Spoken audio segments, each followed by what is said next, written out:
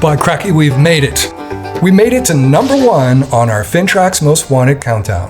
We're at the number 1 reason why companies in Canada got fined for AML deficiencies. Since last year, a staggering 26 companies were penalized for failing to develop and apply written compliance policies and procedures. That is nearly double the next closest infraction, so if you only focus on one thing this year, it should be this. Many firms have this beautiful 100-page policy document, and it's just sitting on a desk somewhere. But regulators don't care how good your prose is, they care how you actually apply the rules.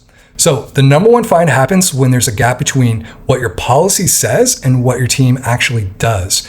So if our manual says you need to screen all clients against sanctions, but your software doesn't actually enforce that screening, or it isn't set up to actually block a transaction, you failed to apply your own program here. This is exactly why we built Rhizome. We don't just host your policies or recommend certain language. We take your policies and we turn them into code and workflows. So our system bridges the gap between the written word and the daily operations. We even have a policy editing tool with a Git or GitHub style workflow that engineers use. And what this means is basically every change, every executive approval, and every update is tracked, timestamped, and fully auditable. So when a regulator asks, when's the last time you updated your policies? You actually pull down the full history and show them a detailed audit trail of everything that changed, and it will prove that you're on top of things. Don't let your policy be a work of fiction.